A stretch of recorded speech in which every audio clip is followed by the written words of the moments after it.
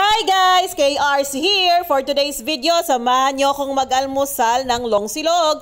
Pero syempre, bago yan, alam na natin, diba? Dapat nagpapasalamat tayo sa biyayang ibinigay sa atin ni Lord, diba? At ayan na nga po, eto na, kakain na tayo. At syempre, thank God, it's Friday, kaya naka-civilian ang lola mo. At eto na nga, ayan guys, make sure na meron din kayong kinakain sa harapan nyo para ako ay sabayan ninyo. At eto nga ngayon ang menu natin, long silog, longganisa, kanin at itlog. Long kalog pala to, hindi pala long silog.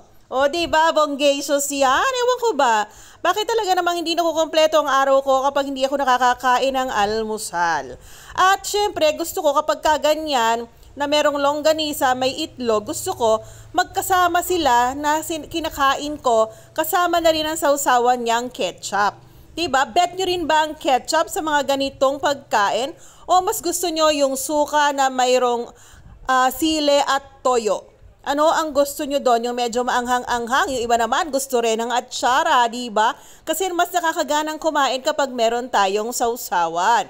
At ayan na nga, shoutout sa'yo Sir Joshua. Kasama siya sa video ko. Okay guys, comment nyo naman kung anong inalmusal nyo ngayong Friday. At ano naman ang sinausawan nyo. Siyempre, kailangan may dessert din, diba? Yun lang, babush!